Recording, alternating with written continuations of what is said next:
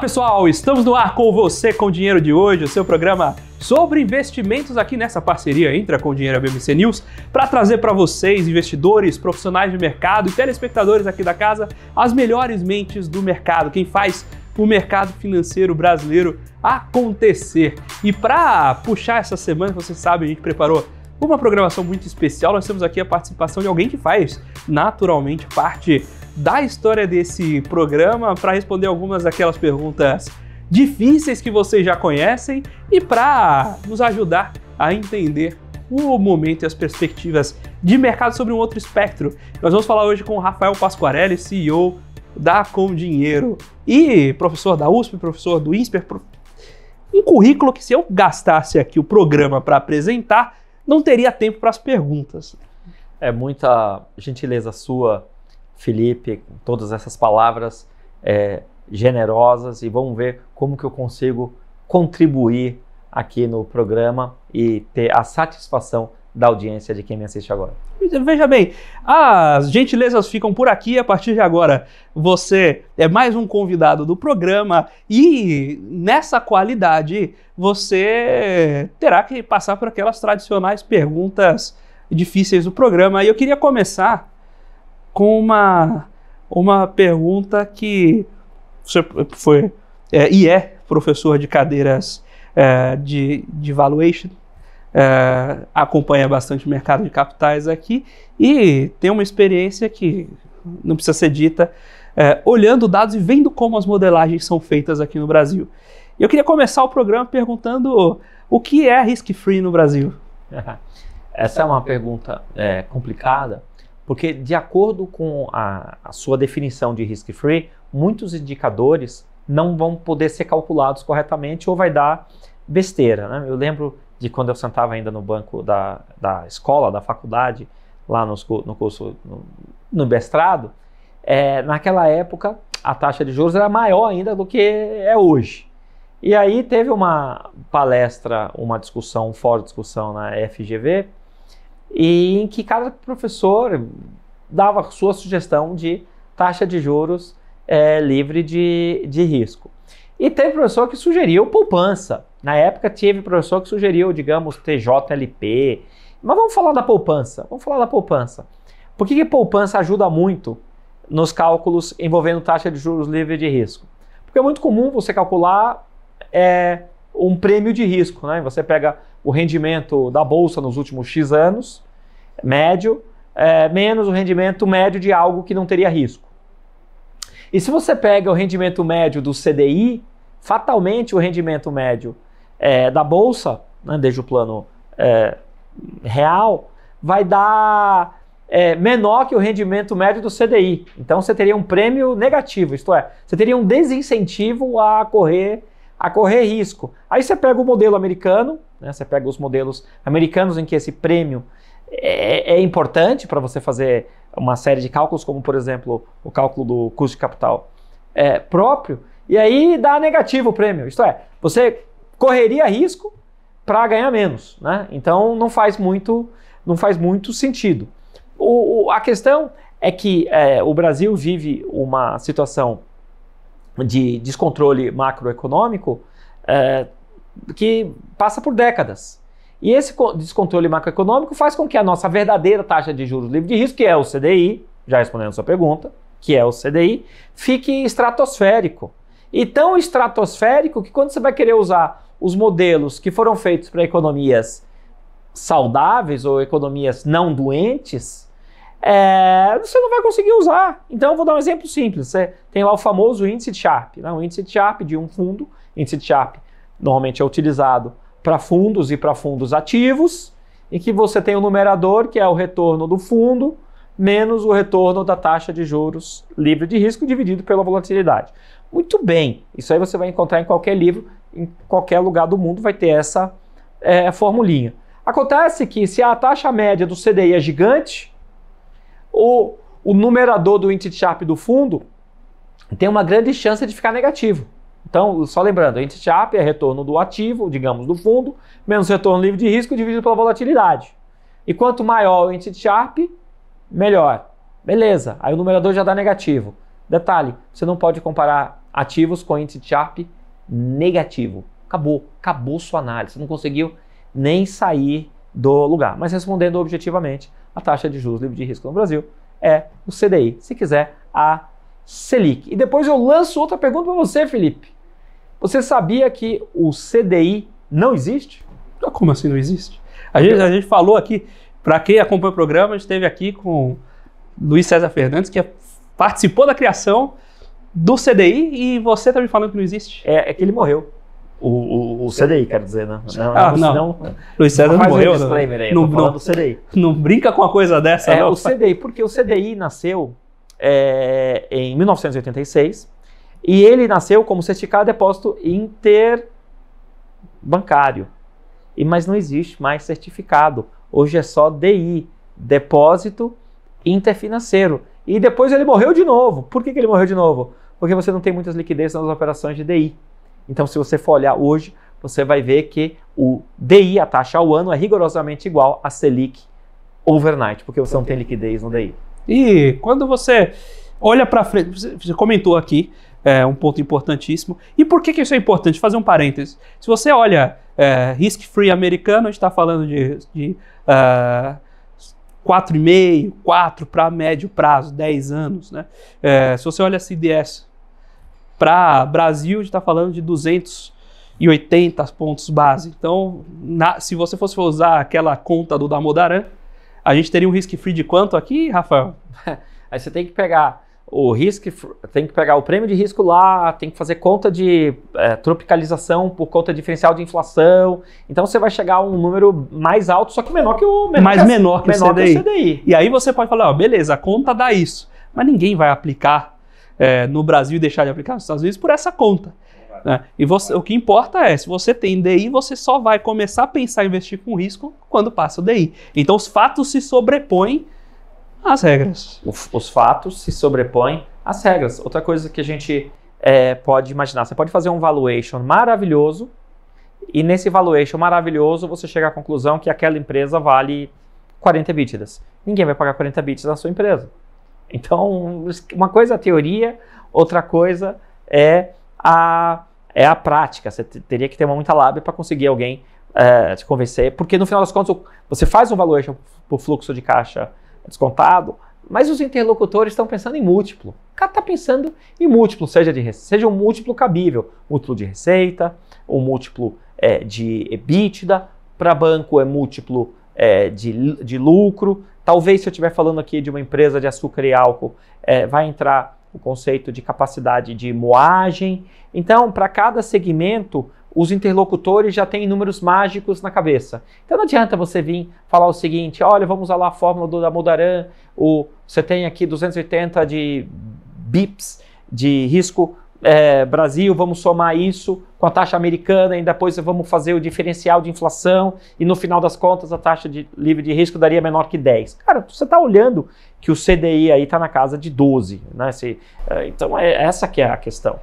E sobre fatos e regras e fatos sobrepondo a regra, tem uma história de que a gente comentou agora, CDI nos últimos 20 anos rendeu mais do que, nos últimos 10 anos rendeu mais do que as aplicações em ações baseando no Ibovespa. Você pode criticar o indicador Ibovespa ser representativo da Bolsa ou não, mas o que importa é que o CDI bateu o Ibovespa. E nos próximos 10 anos? O que eu posso te dizer é o seguinte, eu dou aula, eu lembro que a primeira vez que eu dei uma aula para um grupo organizado pagando foi em 2000, eu comecei a dar aula na graduação, 2000 dei aula na graduação, mas 2001 já estava dando aula em curso in company ou curso aberto que as pessoas pagavam para me ouvir, 2001. E desde 2001, eu falo para os meus alunos que desde o Plano Real, o CDI deu mais que a Bolsa, mas que eu espero que a Bolsa daqui para frente dê mais que o CDI. Vou repetir, eu dou aula há uns 23, 24 anos. Então, desde 2001 eu dou aula para público que paga para me ouvir, desde 2001. E desde 2001 eu falo que do plano real até o momento que estamos, o CDI bateu o IBOV, mas daqui para frente eu acho que o IBOV vai bater o CDI. Faz 23 anos que eu venho explicando errado, porque faz 23 anos que, embora eu ache que o IBOV vai bater o CDI, ele não consegue. Tem até outros ativos de segunda linha que batem o IBOV, né?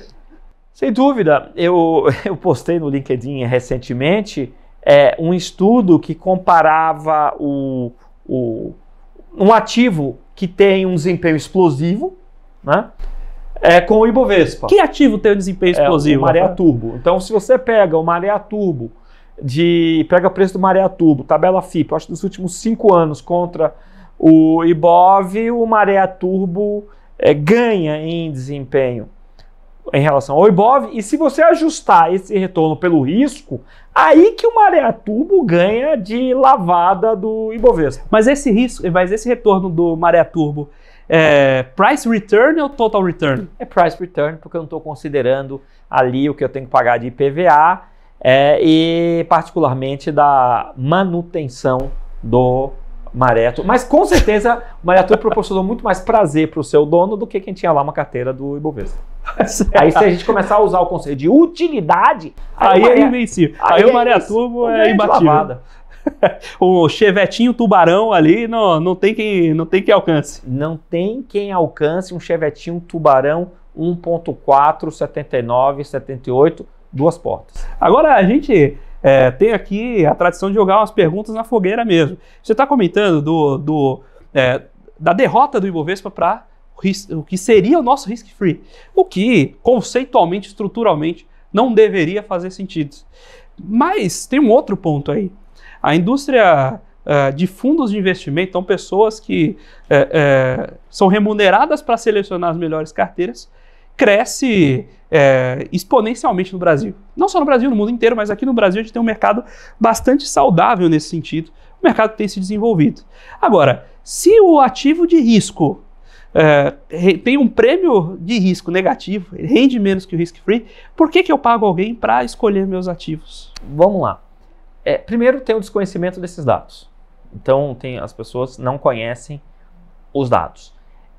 E tem outro aspecto, que aí é uma hipótese minha, não é uma teoria, é só uma hipótese a ser testada. Minha hipótese. Qual é a hipótese? Existe um viés em finanças comportamentais que é o viés do excesso de confiança.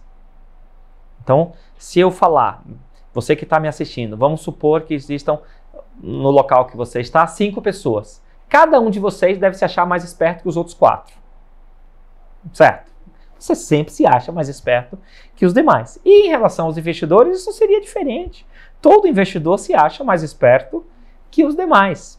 Então, se eu falar para você, compre o índice, se estiver nos Estados Unidos, vamos supor que eu esteja nos Estados Unidos, compre o índice de bolsa e seja feliz, muitos vão pensar assim, não, se eu montar a minha própria carteira de ações, eu vou montar uma carteira que vai bater o índice. As pessoas tendem a achar que são mais espertas que as demais. Então, muitas vezes o investidor, ele mesmo quer montar sua carteira de ações, achando que vai bater o índice, ou ele mesmo quer escolher os fundos de investimento que vão bater o índice ou que vão bater o CDI. As pessoas se acham mais espertas do que elas realmente são.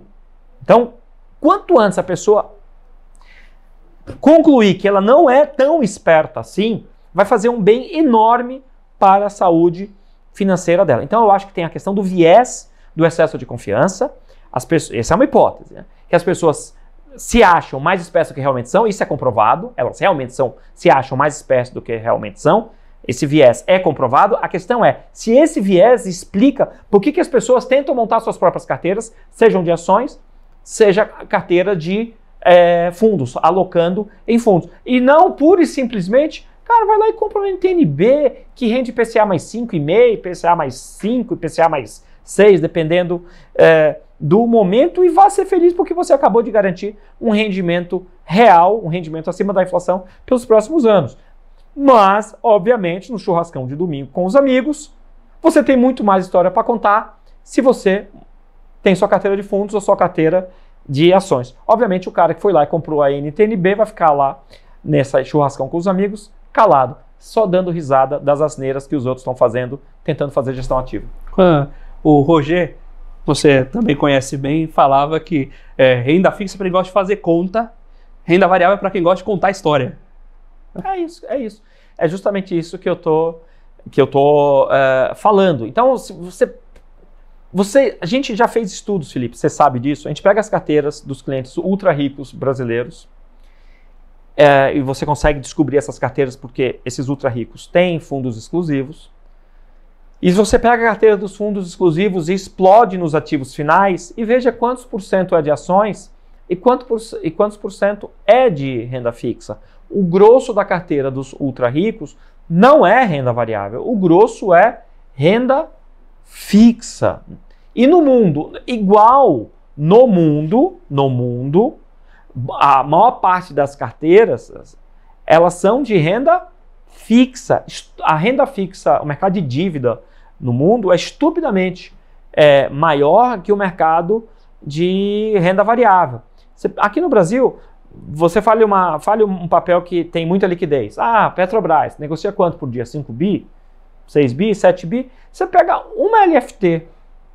Uma LFT pode negociar isso em um dia. Se você pegar todas as LFTs para os diferentes vencimentos, o volume de negociação de LFT é estupidamente maior que o volume de negociação do papel mais líquido que tiver na Bolsa Brasileira. Isso eu estou falando só da LFT. Aí pega a NTNB, aí você pega a NTNF, aí você pega o conjunto de títulos públicos, soma o volume negociado por dia e vê o volume negociado de todas as ações da Bovespa. O volume de negociação só de título público já é estupidamente maior que o volume de negociação de ações. Agora, negociação de dívida corporativa no secundário aqui no Brasil ainda é muito pequena. A negociação de dívida corporativa é baixo, mas aumentou muito. Mas aumentou pra caramba. E você sabe quem teve um papel fundamental para o aumento da negociação de debêntures, por exemplo, foi o BNDES. Quando ele resolveu sair do mercado. Por quê? Porque pensa o seguinte, imagine... O governo é um excelente fomentador de mercados, né? Toda vez que ele sai. Toda vez que ele sai, ele ajuda. Pensa assim, em 2008, 2009, o BNDES criou um programa chamado PSI, Programa de Sustentação do Investimento. Programa de Sustentação do Investimento. Ele tinha que fazer política contracíclica, isso eu acho que ninguém duvidava que precisava ser feita essa política por conta da crise lá de 2008.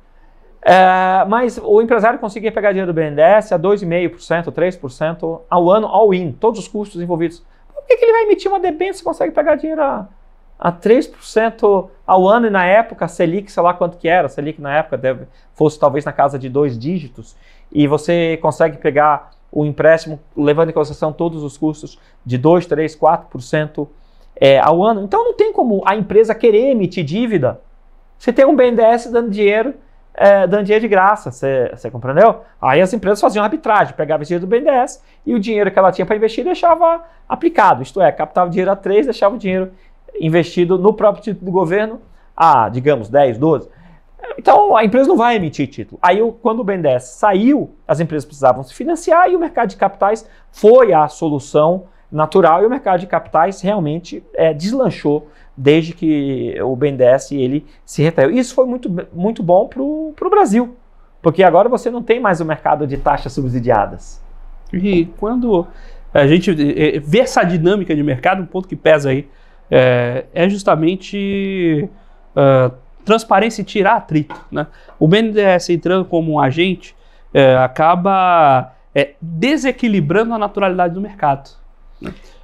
Não tem mágica. Não tem mágica, não tem mágica. Se a Selic é 10, 12 ao ano, e tem um banco público emprestando dinheiro para você a 3, 4, está havendo algum tipo de subsídio. E esse subsídio existe hoje, só que em menor escala do que foi no passado. Por exemplo, quando você vai fazer um financiamento imobiliário pelo Sistema Financeiro de Adaptação, a principal fonte de recurso desse financiamento é a cadeia de poupança. Então vamos lá, você que está me assistindo quer financiar um imóvel pelo SFH. Você conseguiria pegar dinheiro emprestado a TR mais 6, mais 7, mais 5, sei lá, mais 4, vai depender do valor do imóvel, vai depender da sua renda. E qual é o funding fundamental disso? É dinheiro da poupança. O cara que investe em poupança está subsidiando você. Porque o cara que está investindo na poupança, a poupança rende quanto? Com a Selic atual é TR mais meio ao mês, que dá 6 ao ano, que dá TR mais 6 ao ano. Então imagina o seguinte, você pode comprar uma LCA, LCI a 95, 98% do CDI sem impostos, ou você compra a poupança. A galera vai lá e compra na poupança. Essa galera está investindo bem abaixo do que ela poderia. Ela está subsidiando quem quer pegar dinheiro emprestado no financiamento imobiliário. Mas aí a pessoa investiu na poupança porque quis. Beleza, tem outra maneira de você ter um financiamento subsidiado e a pessoa não quer. Vou dar um exemplo simples. Seu salário, parte do seu salário, quer dizer, 8% do seu salário, a custo do empregador, vai para o FGTS. 8%, essa é a conta. Então você ganha 10 mil reais por mês, 10 mil reais por mês, 800 reais são a custo do empregador, vão para o FGTS, rendendo TR mais 3 ao ano. Você pode fugir disso? Muito difícil. Você teria que comprar um imóvel e poder usar os recursos do FGTS. Então, você está meio amarrado. Aí esse recurso do FGTS é usado para financiar, digamos, a construção do imóvel. Então, quem vai construir consegue pegar dinheiro subsidiado. Você compreendeu? Então, no Brasil tem muito subsídio. E qual é o problema todos esses subsídios? Você enfraquece a potência da política monetária. Então, em vez da Selic precisar ser 12, ela poderia ser menor. Mas por que ela é menor? Porque você tem muito subsídio e isso enfraquece a potência, a efetividade, a eficácia da política monetária. Mas só voltando à questão de mercado de capitais. Lá nessa época, 2008, né, 2009 e por muitos anos, até que entrou outro presidente com uma visão mais liberal da economia, o papel do BNDES é muito grande e isso você drenava recursos que podiam ir do governo para a educação, para emprestar dinheiro subsidiado para empresário, que ele que se vire para pegar no mercado de capitais, que foi o que aconteceu. E é o que acontece hoje. Hoje, se você é um empresário e precisa de recursos, você tem o mercado de capitais à sua disposição para buscar recursos junto do mercado, sem ter que mamar em teta de governo. Aí a própria indústria de FDICs, toda a indústria de crédito privado, mas também representada pela indústria de FDICs, cresceu muito nesse cenário, né? E você comentou o subsídio cuja decisão foi do investidor, mas muitas vezes por falta de informação, via poupança, né? Você está acompanhando o mercado já há bastante tempo, como você comentou, desde 2001, já dando aula. Esse mercado mudou muito nesse tempo. O que você consegue observar, né, enquanto assistindo essa evolução de mudança e as causas dessa mudança na dinâmica do investidor, né, o mercado de investimentos ao longo dos últimos 20 anos? Aí? Muito bem. O primeiro ponto é que há 20 anos, se você quisesse investir, você dificilmente ia lembrar da XP, você dificilmente ia lembrar da Genial, você ia lembrar, talvez a Genial nem existisse naquela época, né? Mas, enfim, você dificilmente iria lembrar de grandes corretoras para você investir o seu dinheiro, que não sejam em ações, né? Se você quisesse investir em fundos, você não ia pensar, vou investir em fundos via Ágora. Você pensava em Ágora para comprar ações. Vou investir em ações, quero investir em ações, aí você lembraria em Souza Barros, né? Você lembraria de várias corretoras que hoje não estão mais entre nós. Mas se você quisesse investir em fundos, você ia procurar um banco. E dificilmente você ia pensar no fundo. Primeiramente, você ia pensar na poupança, você ia pensar em CDB e coisas mais. O ponto é que há 20 anos o share of mind do investidor era banco. Então, as plataformas de investimento revolucionaram esse mercado. Então, tem que agradecer. Mesmo que você não invista na XP, tem que agradecer.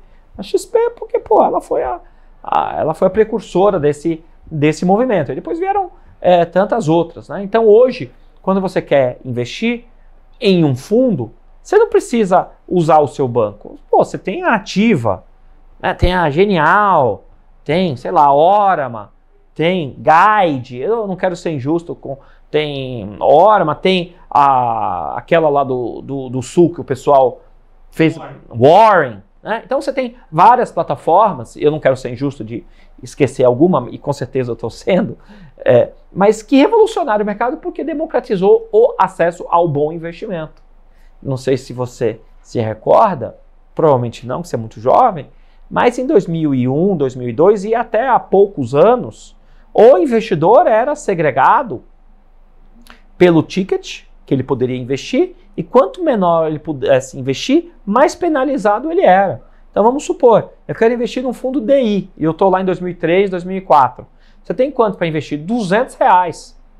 Porque você tem R$200 para investir no fundo DI há 20 anos, você ia ser entubado, desculpa a expressão, com um fundo com uma taxa de administração de 5% ao ano, 4% ao ano, 3% ao ano. O investidor era, desculpa a expressão, empalado pelos bancos. Você compreendeu? Aí, com as novas plataformas de investimento, se eu tenho R$100, R$200 ou R$1 milhão, eventualmente eu consigo investir no mesmo produto hoje. Então, no passado, o pobre ia continuar pobre, porque ele não teria acesso às alternativas de investimento que os ricos têm. Então, houve uma melhora substancial da qualidade dos produtos financeiros oferecidos para as pessoas com ticket mais baixo. E isso é fantástico. Imagina, você que há 20 anos, quanto mais informação você tivesse, e se você não tivesse tanto dinheiro, mais raiva você ia passar. Já pensou você dar uma aula de mercado financeiro e falar o seguinte, ó, Selic está a 14, está a 15, está a 16. Mas você quer investir num fundo DI, você vai pagar 4 de administração. Aí se você for milionário, vai pagar 0,2 de administração. Hoje você consegue comprar fundo com 0 de taxa de administração, fundos que compram só Selic, lá, o Tesouro, 0 de taxa de administração. No passado isso era absolutamente impensável. Então a democratização, a competição, a maior disponibilidade de informação, os influencers, falem mal deles, mas no total, no todo, considerar essa quantidade enorme de influencers fez bem para o brasileiro, porque agora ele tem mais informação. Tem alguns influencers que não deveriam gozar da sua confiança? Com certeza. Mas, no agregado, eles fizeram um bem muito grande ao mercado. Pelo menos é a minha opinião. Nós estamos batendo esse papo com o Rafael Pasquarelli, CEO e fundador da Com Dinheiro, professor da USP do INSPER, sobre o mercado financeiro, sobre as perspectivas para esse mercado, sobre o histórico desse mercado e como ele evoluiu ao longo dos últimos 20 anos, sempre cumprindo aqui a missão de trazer para vocês principais mentes do mercado, quem faz o mercado financeiro brasileiro acontecer, para esse bate-papo que busca torná-lo aí um investidor melhor a cada dia. Agora nós vamos para um breve intervalo, daqui a um minutinho a gente está de volta, fique por aí. Olá pessoal, estamos de volta aqui para o segundo bloco do Você com Dinheiro de hoje, com a participação aqui mais que especial do Rafael Pasquarelli, comentando um pouco sobre a evolução do mercado nos últimos anos, quais são as perspectivas que a gente tem aí para como entender e interpretar essas mudanças de mercado. E a gente terminou o bloco anterior falando de uma transformação na dinâmica, no acesso do investidor ao mercado de capitais. Então você, via essas plataformas digitais, ter acesso a produtos que antes estavam reservados a clientes de mais alta renda. Outra mudança que a gente tem visto, ainda menos no Brasil, mas muito forte no exterior, é o perfil do que é a indústria de fundos. Em 2022, pela primeira vez, a gente teve mais fundos, um montante maior, um PL maior em fundos passivos do que em fundos ativos. De onde vem essa mudança? Por que o mercado caminha nessa direção? E quais são as implicações disso para a indústria que forma o nosso mercado financeiro? Bom, o primeiro ponto é que... Quem está querendo, desculpa interromper, mas quem está querendo entrar no mercado financeiro agora deveria desistir desse emprego, porque vai ser tudo substituído por máquina? Para colocar a pergunta assim, manda bala. Não vai ser tudo substituído por máquina, e boa parte é por conta da teimosia do investidor em modelos que funcionam menos. Então, boa parte dos empregos hoje da indústria de fundos talvez não existissem ou fossem de uma natureza diferente se percebesse que o investimento passivo ele gera bons resultados e provavelmente você vai ganhar mais dinheiro no investimento passivo que no investimento ativo. Enquanto as pessoas demorarem para perceber isso, muitas gestoras vão continuar com as portas abertas. Mas falando em tecnologia no mercado financeiro, perceba que há, sei lá, 20 anos ou 30, se você quisesse comprar uma ação, você tem que ligar para alguém. Você ia transmitir essa ordem por telefone. Esse alguém iria transmitir a ordem para um ser humano dentro do ambiente de bolsa físico. E essa pessoa tinha que ter uma boa voz, usar o gogó e dar ordem de compra, ordem de venda.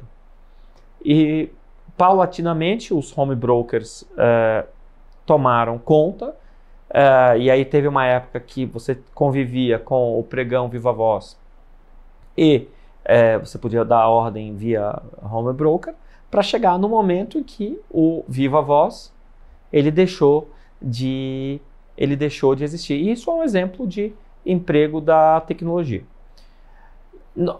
Tem mais emprego de tecnologia ainda, né? Você talvez teve alguma formação técnica, aprendeu a programar. E aí eu lembro há 15 anos que o tchan era programar em VBA. Hoje você é um dinossauro se falar que sabe programar em VBA, mas não sabe programar em Python. Eu estou olhando para você. Se você fala assim, não, eu sei programar em VBA, mas não sei Python, você é um dinossauro, cara. Se atualize, porque senão você vai ser extinto. E o grau de sofisticação na programação é tal que existem empresas, gestoras, que tem que ter o servidor dela com o algoritmo fisicamente dentro da bolsa. Então você vê o grau de sofisticação que chega no uso da tecnologia. E na hora do home broker ou de uma plataforma de trade, você hoje tem uma Ferrari da plataforma de trade que é o Profit, né? que é um produto da Nelogic que não tem competidor. Então, algumas mentes brilhantes lá criaram uma plataforma de trade que detém boa parte do mercado por conta da sua superioridade. Então, você tem vários exemplos do uso da tecnologia. Agora, o uso da tecnologia também pode ser decisivo para a morte de vários fundos, Felipe. Por que isso? Estar no Brasil é maravilhoso e tem o negócio de você não tomar um tiro no semáforo, mas enfim, isso é outra história. Mas tem uma coisa muito boa de estar no Brasil, é que o Brasil está X anos atrasado em relação a outros mercados. Então você pega o mercado americano, em que você tem uma profusão de ETFs. Então, o fundo, como nós conhecemos hoje, a indústria de fundos como nós conhecemos hoje, há de se transformar para aquilo que já existe nos Estados Unidos. Então, muitos fundos não deveriam ser negociados, não deveriam ter a estrutura de fundo como é hoje. Ele deveria se transformar em ETF. Por quê? Porque você tem um custo menor para o investidor. E muitos desses fundos vão poder ser comandados por robôs, porque já são. E aí você consegue reduzir o custo da estrutura. Então, ao invés de ter uma taxa de flutuação de 0,5% ao ano ou 1% ao ano para fundos mais simples, com uma estratégia bem definida, você pode ter uma taxa de flutuação de 0,1% ao ano via emprego de tecnologia. Então, hoje, você pode comprar um fundo que siga o Ibovespa e é oferecido por bancão. Mas por que você vai fazer isso? Você pode comprar um ETF que segue o índice tão bem quanto o fundo que o bancão te oferece, mas com uma taxa de administração estupidamente menor. Não faz sentido as pessoas estarem pagando caro por tanto tempo. Em um momento, vou usar uma expressão antiga, que a ficha vai cair e o investidor vai tirar o dinheiro desse fundo, que cobra uma taxa gigante, e vai para um ETF que faz a mesma coisa. Você comentou aí, Rafael, sobre o Profit, a gente não tem cera aqui não. Fabiano e Marcos aí que fizeram parte da criação desse produto, forte abraço, estão mais que convidados para vir aqui também, bater um papo com a gente aí no programa. Um abraço para vocês. Agora, você comentou também sobre muitos desses fundos, do jeito que a gente conhece hoje, morrendo. Você, como professor, eu sei que muitos alunos procuram e falam, olha, professor, estou entrando no mercado financeiro agora, qual segmento eu poderia participar, qual que é o melhor segmento para entrar no mercado hoje? Então, vou antecipar essa pergunta para os nossos espectadores, que não tiveram a sorte de ser seus alunos também. Qual o melhor segmento para quem está buscando a carreira no mercado hoje, entrar e pensar sua carreira para os próximos anos? Muito bem. Às vezes o melhor não está à nossa disposição. Então é o melhor aquilo que chega perto da gente. Esse é um ponto. Eu fico muito feliz de contar uma história. Eu estava dando aula há uns 15, 18 anos na FIP. Dava aula no MBA FIP. E tinha um cara lá que ele era engenheiro de manutenção da Latam. Ele fazia manutenção das aeronaves, então engenheirão, e ele tinha acabado de sair e foi para a Embraer.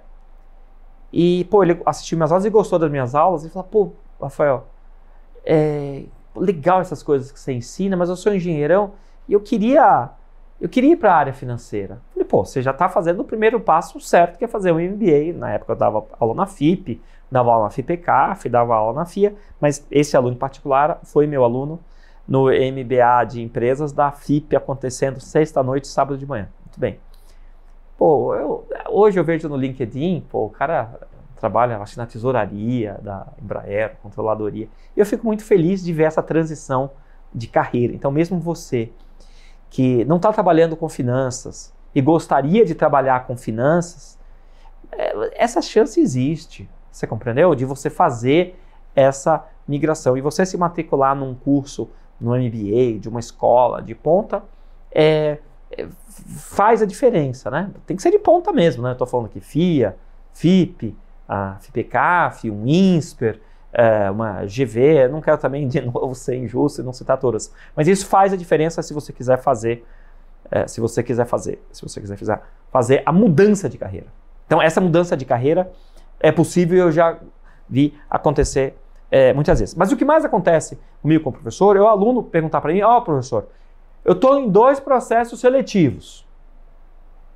Num bancão para ser um cargo lá horrível qualquer, ele fala, e eu já falo, isso aí não é legal, ou numa gestora para trabalhar. Eu falei, gestora de quê? Quem que é? Porque muitas vezes, você trabalhar num lugar menor, realmente te facilita ascender na carreira.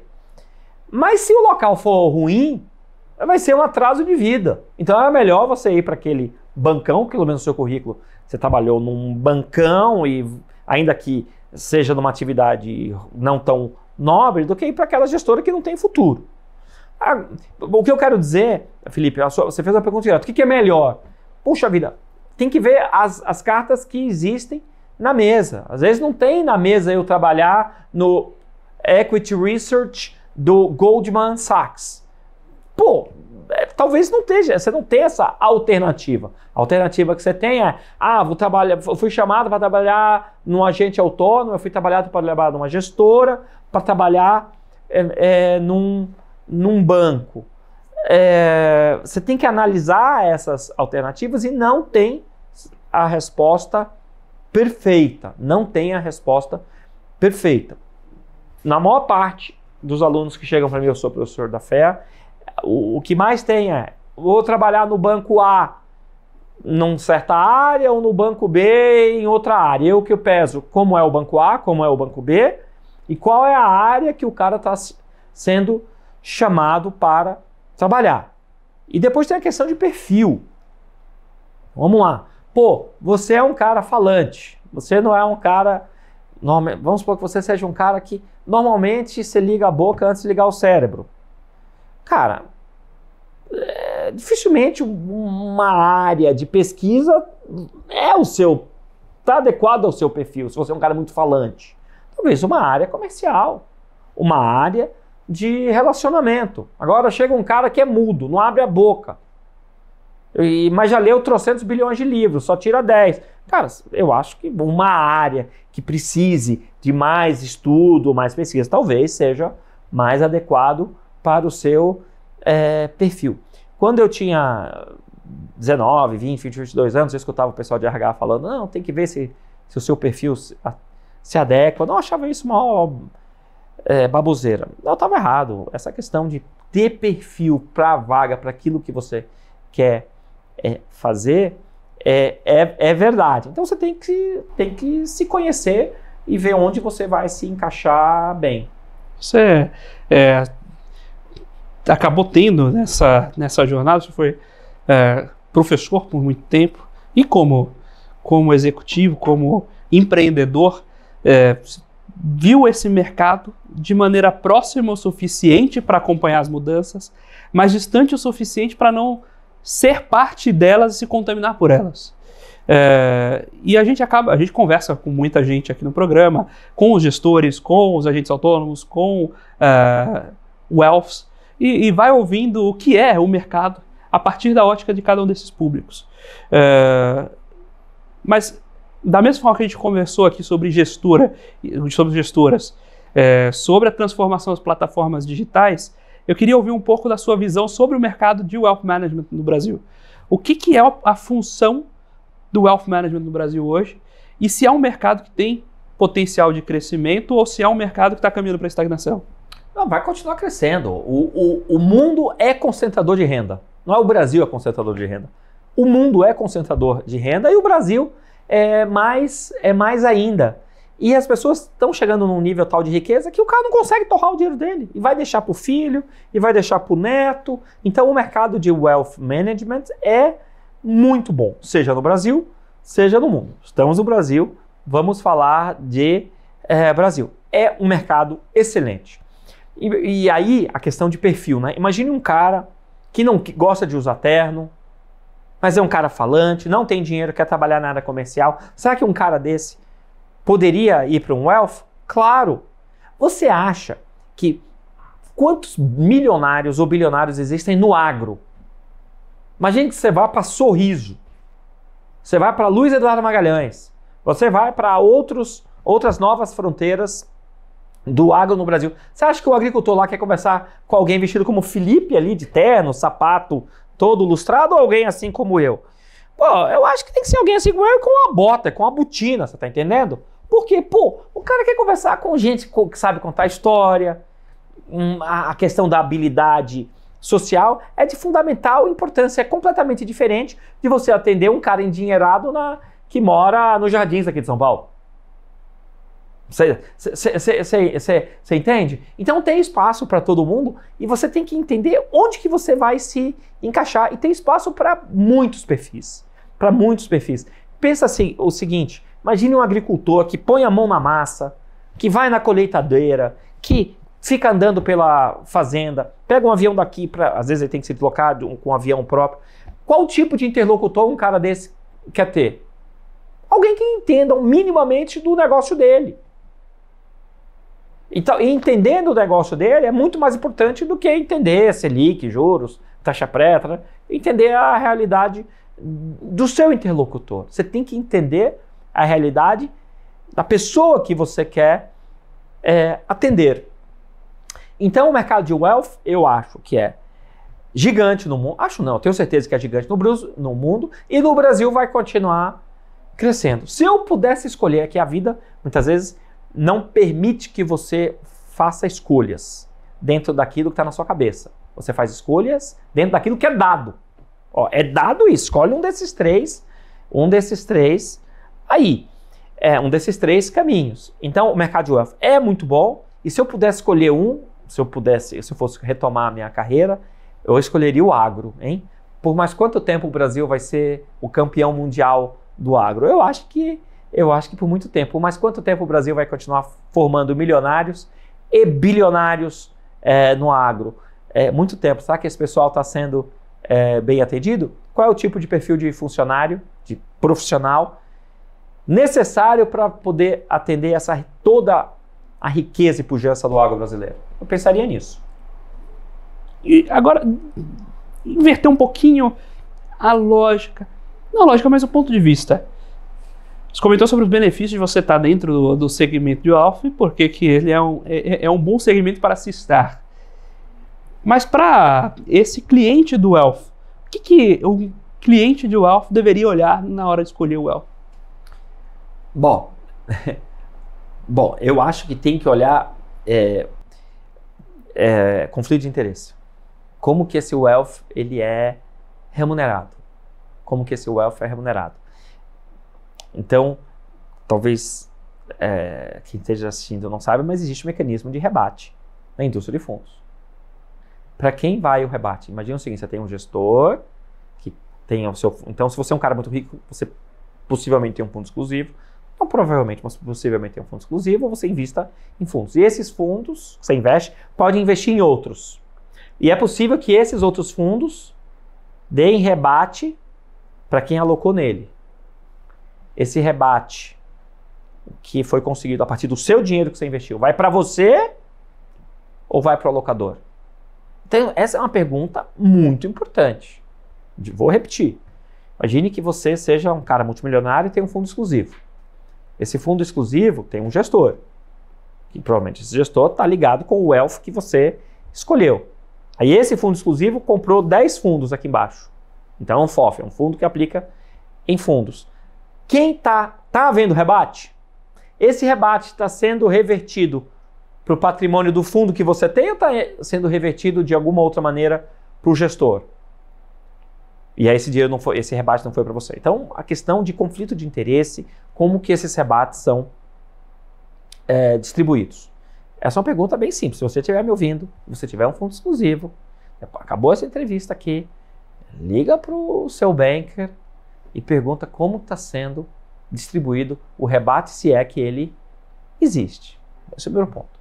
Segundo ponto esse wealth vai querer ficar enfiando produto em você? Desculpa, essa é a expressão. É enfiar produto. Pô, você não quer que o cara fique enfiando produto em você. Ele quer que ele escolha os melhores produtos e que você fique com esses produtos por um bom tempo.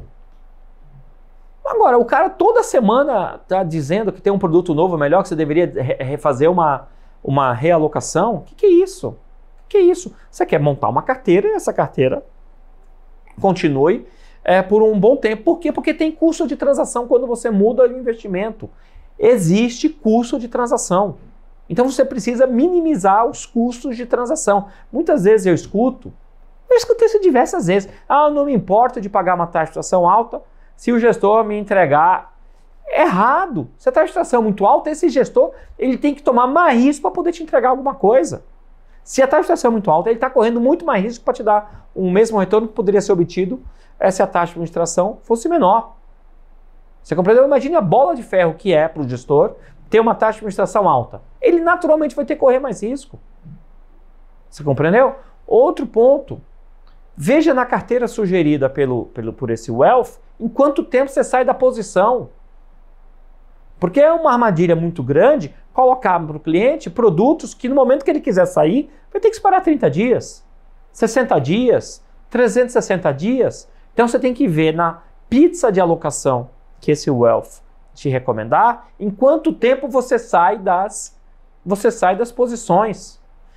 Então, são tantas coisas que têm que ser analisadas e você tem que estar muito confortável com o wealth que você escolher. Se o cara está tentando fazer uma venda de alta pressão ou tentando vender a escassez de alguma coisa, isso não é bom. Mas se eu fosse elencar uma grande coisa a ser vista o conflito de interesse.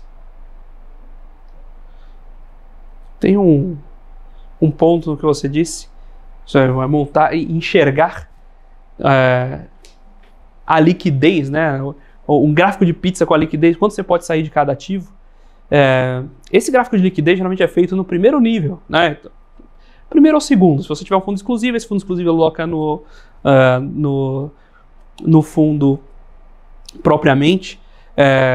Você está olhando o segundo nível, se você for fazer a alocação direta no fundo, o primeiro nível, que te dá essa visibilidade de liquidez, quanto tempo eu vou conseguir ter o meu dinheiro disponível. Por outro lado, tem um ponto importante também, que é a composição real da sua carteira. Fundos são veículos, né? Isso eu sempre friso lá nas aulas e aproveito para frisar aqui também. Fundos são veículos onde você está investindo de fato, são os ativos investidos pelos fundos.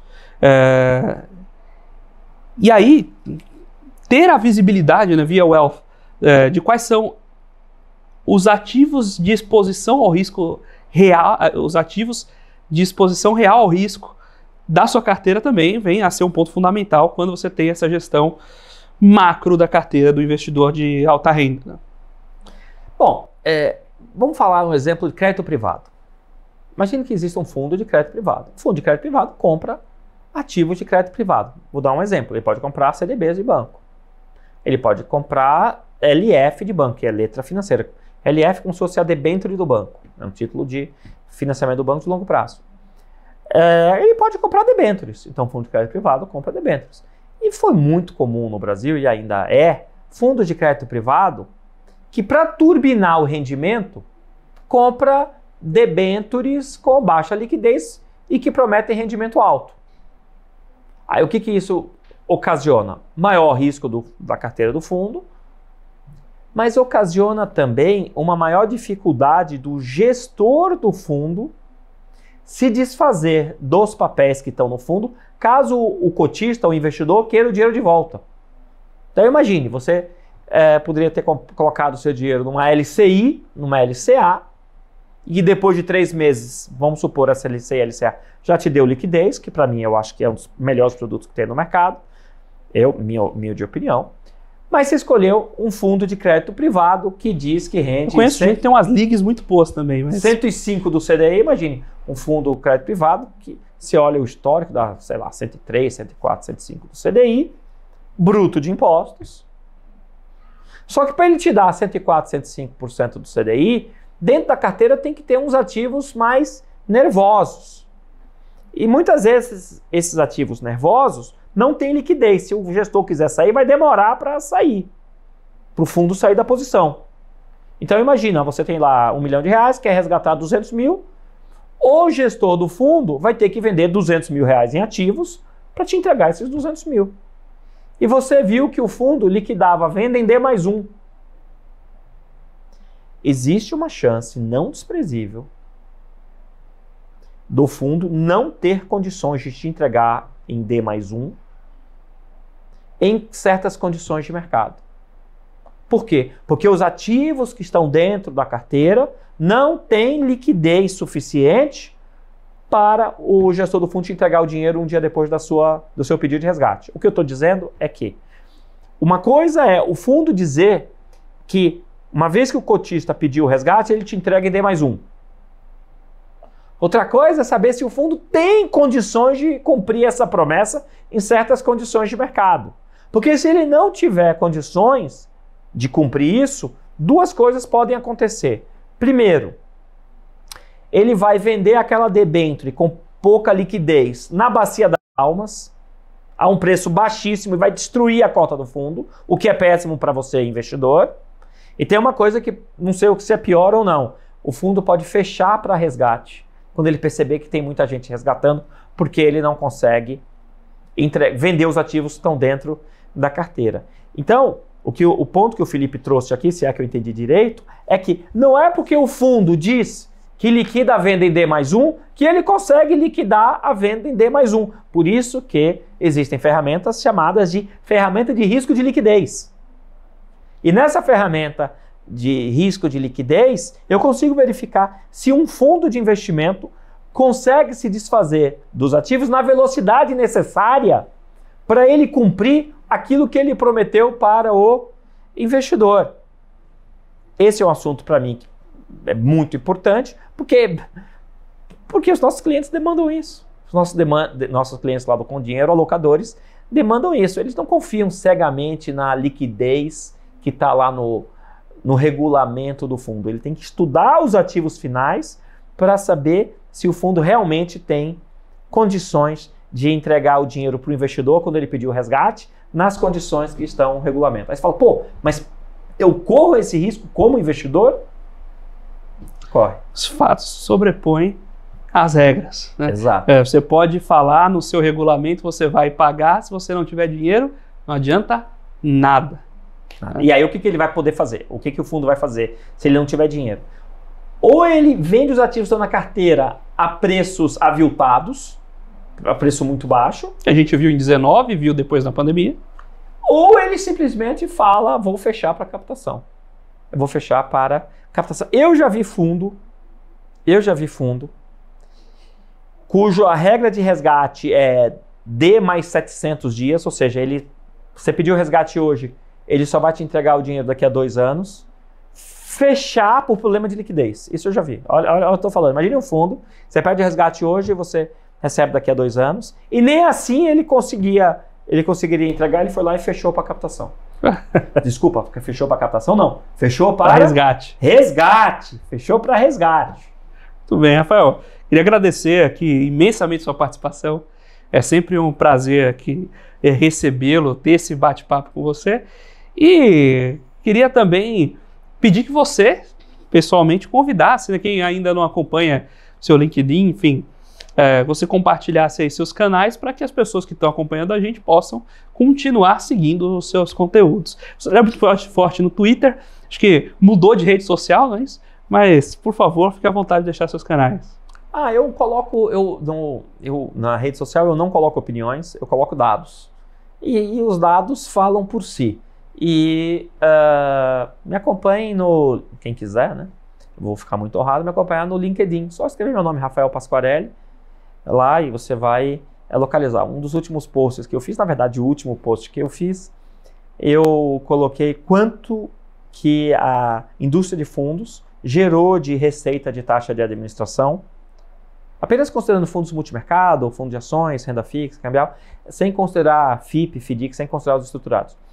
Em 2023, a indústria de fundos no Brasil gerou 42 bilhões de reais em receita de taxa de administração. E esses 42 bilhões eles foram gerados a partir de cerca de 900 gestoras.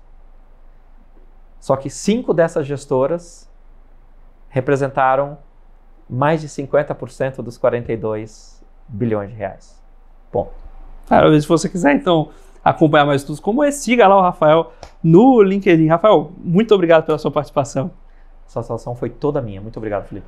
Muito obrigado a você, telespectador aqui da BMC News, investidor e profissional de mercado, pela sua companhia, pela sua audiência. O Você com Dinheiro vai ao ar de segunda a sexta, sempre aqui no mesmo horário, para trazer para vocês principais mentes do mercado, quem faz o mercado financeiro brasileiro acontecer, para um bate-papo leve, descontraído, mas sempre com o alvo de tornar o investidor melhor a cada dia. Se você quiser saber mais sobre a Com Dinheiro e sobre os produtos que a gente pode oferecer para você e para os seus investimentos, para o seu negócio, visite lá www.comdinheiro.com.br. Nós vamos ficando por aqui com Você com Dinheiro de hoje. Até a próxima!